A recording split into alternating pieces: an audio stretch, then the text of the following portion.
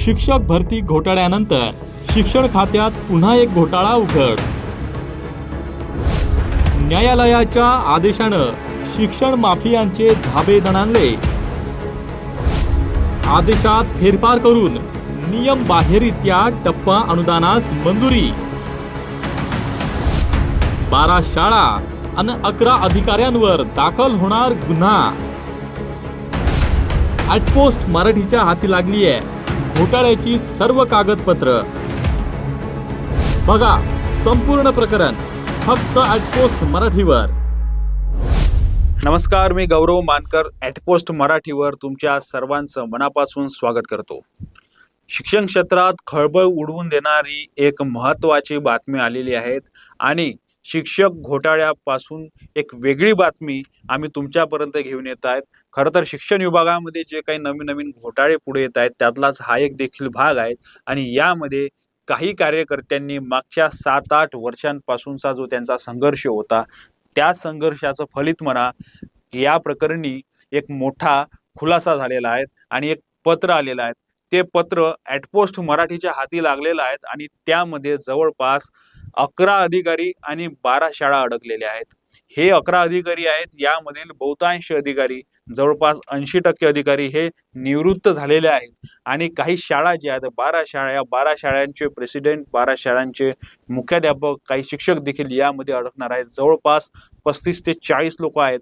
यामध्ये जे पत्र आहेत ते पत्र आमच्या हाती लागलेलं आहे आणि हे पत्र जे आहेत हे महाराष्ट्र शासनाच्या शालेय शिक्षण विभागाचं मंत्रालय आहे त्यामधील मोबाद तहसीलवार जे उपसचिव आहेत यांनी नागपूर विभागीय शिक्षक उपसंचालक यांना पाठवलेलं आहे हे पत्र आहेत. आणि या पत्रामध्ये जे 2 पानांचं पत्र आहेत या पत्रांमध्ये या सर्व लोकांवर FIR दाखल करण्याचे आदेश दिलेले आहेत आणि FIR दाखल करून त्या संदर्भातील अनुपालन अहवाल देखील शासनाला तात्काळ सादर करण्याचं सांगितलेलं आहे. त्यामुळे नेमका हा घोटाळा काय आहे हे समजून घेणं महत्त्वाचं आहे.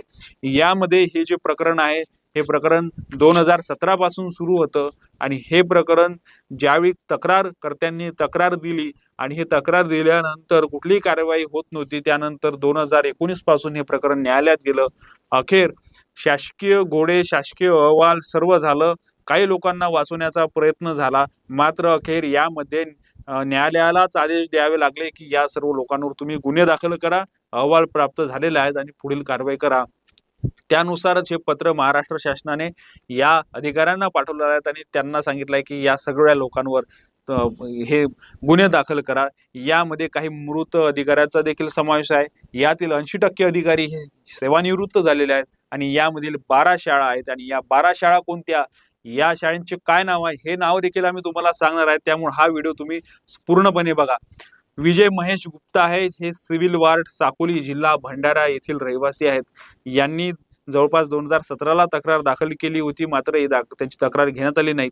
त्यामुळं त्यांनी नागपुरातील 12 शाळा होत्या आणि या 12 शाळांची यादी त्यांना माहितीच्या अधिकारांमध्ये मिळालेली होती. या संदर्भातील देखील पुढील पाठपुरावा हेमंत गांजरे जे माहिती अधिकार कार्यकर्ते आहेत आणि ज्यांची मुलाखत आम्ही मागच्या 2 ते 3 दिवसा अगोदर घेतली होती, त्यांनी देखील शिक्षण क्षेत्रातील एक भ्रष्टाचार पुढे काढून कारवाईची मागणी केलेली होती आणि नवीन अर्ज देखील त्यांनी त्या ठिकाणी लावलेले होते. तर या सगळ्या लोकांनी ही सगळी पाठपुरावा करून या संदर्भातील एक आदेश प्राप्त केलेला आहे. यामध्ये विजय महेश गुप्ता यांनी एक तक्रार दाखल केलेली होती. त्या तक्रारीनुसार त्यांनी असं म्हटलेले होते की नागपूर शहरातील 12 प्राथमिक शाळेतील 50 पेक्षा जास्त शिक्षक कर्मचाऱ्यांना सप्टेंबर 2016 पासून मूळ वेतनाच्या 20% वेतन देण्याचे आदेश असताना आरोपी क्रमांक 1 तत्कालीन शिक्षण संचालक पुणे व इतर 37 यांनी कट रचून आपल्या पदाचा व अधिकाराचा गैरवापर करून खोटे व बनावटी दस्तऐवज आधारे अनुदान घोषित केलेल्या वर्षानुवर्षे 60%, 80%, 100% या दराने वेतन अनधिकृतरित्या आहरित करून जवळपास 2,55,36,882 रुपयांची फसवणूक केल्याची तक्रार होती. आणि ही जी तक्रार आहे ही आता 13 ऑक्टोबर 2025 10 दिवसांअगोदरच या तक्रारीचा जो काही पाठपुरावा झाला त्यानंतर कोर्टाने आदेश दिले आणि महाराष्ट्र शासनाचे उपसचिव आहेत त्यांनी विभागीय शिक्षण उपसंचालक नागपूर विभागांना पाठवले आहेत. त्यांनी देखील नागपूर येथील एकूण 12 शाळांना प्राथमिक शिक्षक संचालनालयाचे ज्ञापक क्रमांक 4 दिनांक 18/9/2024 मध्ये फेरफार करून नियमबाह्यरित्या टप्पा अनुदान वितरित केल्याप्रकरणी गुन्हा दाखल करण्याबाबत असा थेट आदेशच त्यांनी त्या ठिकाणी दिलेला आहे.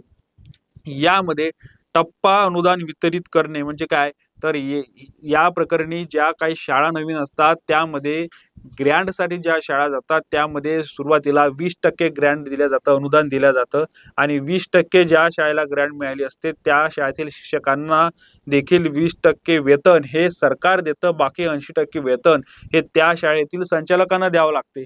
त्यानंतर 40%, 60%, 100% अशा पद्धतीची प्रोसेस आहेत. मात्र 20% नंतर थेट 100% अनुदान काही शाळांना देण्यात आलं आणि यामध्ये 100% अनुदान दिल्यानंतर त्या शाळेतील शिक्षकांचा आणि कर्मचाऱ्यांचा पगार देखील 100% झाला. आणि ही सगळी जी यंत्रणा किंवा ही सगळी प्रोसेस होती ही अधिकाऱ्यांशी हाताशी धरून काही संस्था चालकांनी मोठ्या प्रमाणावर 20%वरून थेट 100%वर आपला टप्पा अनुदान वाढ अनधिकृतपणे मिळवली. यामध्ये सरळ सांगितलं की फेरफार करून काही कागदपत्रांची फेरफार करून नियमबाह्यरित्या टप्पा अनुदान प्राप्त केलेले आहेत. अशा नागपुरातील 12 शाळा होत्या. फक्त नागपुरातीलच नाही तर वेगवेगळ्या ठिकाणातील अनेक शाळा आहेत. याची देखील आता चौकशी झाली पाहिजे. या संदर्भामधील आता टप्पा अनुदान वितरित करण्यासाठीची जी काही त्रिस्तरीय समिती महाराष्ट्र शासनाने नेमलेली आहे, जिची 10 ते 15 दिवसांमध्ये मुदत संपणार आहे, यांच्याकडे देखील तक्रार जाणार आहेत आणि संपूर्ण महाराष्ट्रातील अशा शाळांची तुम्ही चौकशी करा की कुठे कुठे टप्पा अनुदान वितरित अनधिकृतपणे झालेलं आहे. त्यानंतर हे प्रकरण एसीबी लाचलुचपत अधिकाऱ्यांकडे गेलं. त्यांनी देखील या संदर्भातील चौकशी केली. यामध्ये पत्रव्यवहार भरपूर झालेला आहे. त्यानंतर एक मीटिंग झाली आणि या बैठकीमध्ये ही जी बैठक झाली आहे 14 मे 2018 मंत्रालयामध्ये झाली आणि या मीटिंगमध्ये काही धक्कादायक निर्णय घेण्यात आले, जे ऐकून तुम्हाला देखील धक्का बसेल. आणि यामध्ये काय तर संबंधित 12 शाळांच्या संस्थाचालकांविरोधात अँटी करप्शन ब्युरो मार्फतची जी चौकशी सुरू होती ती रद्द करावी असा एक धक्कादायक निर्णय घेण्यात आला आणि त्याला सर्वानुमते मंजुरी देण्यात आली. आणि या चौकशी समितीमध्ये कोण होतं तर 3 नावे ऐकून देखील तुम्हाला धक्का बसेल. यामध्ये जे पहिलं नाव आहे श्री नागो गानार, हे विधान परिषद सदस्य होते. त्यानंतर अनिल सोले, प्राध्यापक अनिल सोले हे देखील विधान परिषद सदस्य. त्यानंतर सुधाकर देशमुख विधानसभा सदस्य, स्वाती नानल, सुनील सरदार, अनिल पारदी, रावी गोदने, DP लोखंडे हे शिक्षणाधिकारी नागपूरचे आणि CA नेमळकेर. म्हणजे आता या सगळ्या लोकांनी संस्थाचालकांची बाजू घेतली आणि त्यांनी सांगितलं की एसीबीची जी चौकशी सुरू आहे या चौकशीमध्ये संस्थाचालकांची चौकशी करण्याची आवश्यकता नाही. त्याचप्रमाणे सदर अनियमिततेस जबाबदार असलेले शिक्षणाधिकारी, अधीक्षक, वेतन पथक व त्या कार्यालयातील संबंधित कर्मचारी यांची विभागीय चौकशी सुरू आहे.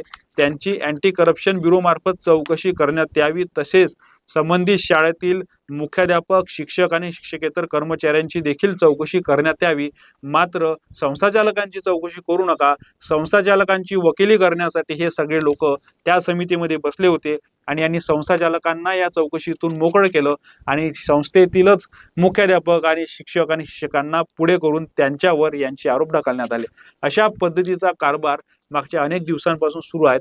त्यामुळं शिक्षक आमदार, पदवीधर आमदार यांची नेमकी गरज काय आहे, हे लोक या सगळ्या लोकांची वकिली करण्यासाठी आणि सेटलमेंट करण्यासाठी अनेक बैठका घेतात का, हा देखील महत्त्वाचा प्रश्न आहे. त्यानंतर हे जे प्रकरण आहे या प्रकरणामध्ये पुढे काहीच झालेलं नाही.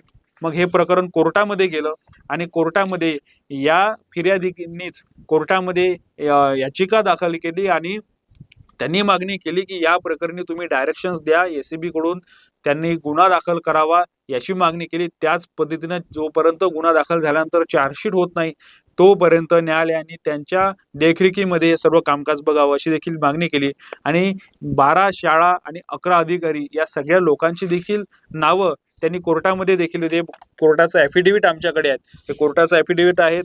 त्यानंतर ही जी बैठक झालेली आहे 2018 मध्ये, त्या बैठकीचं काय इतिवृत्त आहे, कोण कोण त्या बैठकीमध्ये उपस्थित होतं त्याचे देखील कागदपत्र आमच्याकडे आहेत.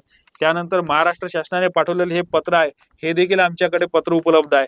त्यानंतर विजय गुप्ता यांनी जे काही तक्रार केलेली आहेत आणि तक्रारीमध्ये काय काय मागण्या केलेल्या आहेत हे सर्व पत्र आमच्याकडे उपलब्ध आहे.